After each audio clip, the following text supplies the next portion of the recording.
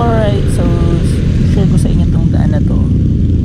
Ito yung papuntang South Arca. Makita nyo dalawang daan yan, may left and right. So madami yung mga baguhan, especially galing sa South, napapakaliwa doon. So turn kayo dito sa right, mag-u-turn kayo papuntang Tenement. Tapos palabas na ng ano yun, dire-diretso ng Pagpasay. So marami kasi nagkakamali sa daan na to. Ako kahit ako nung first time kong dumaan dito, way back 2000 kopong-kopong, so matagal na rin. So yun, share ko lang sa inyo to kasi itong video na to hindi naman para sa lahat. Ito yung video na to para lang sa mga baguhan, especially from South na hindi sanay gumamit ng service road.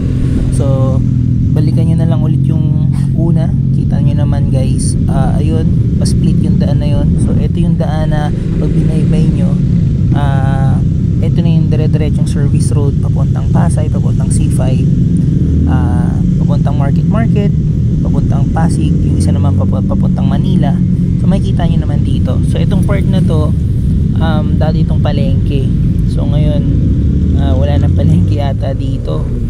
So ayan, kitang-kita nyo na, wala na siyang palengke. Tapos naalala ko before nung na-aksidente ako, may police station dito sa may bandang Tenement.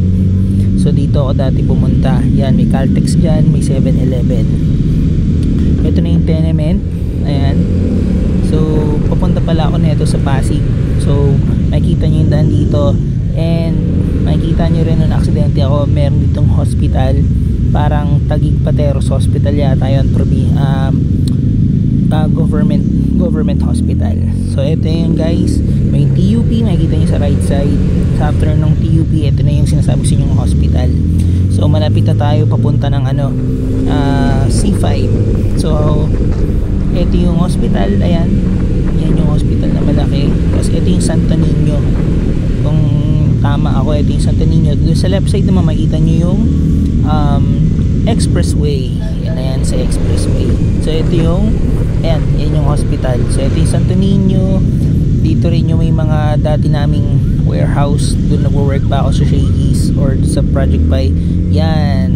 So ito guys, makikita nyo na, sana may natutunan kayo dito sa vlog natin ngayon. So ayun na yung daan. Alright, so pasisix na tayo. And let's see, ciao. Sa susunod na vlog ulit, pakita ko sa inyo yung mga daan.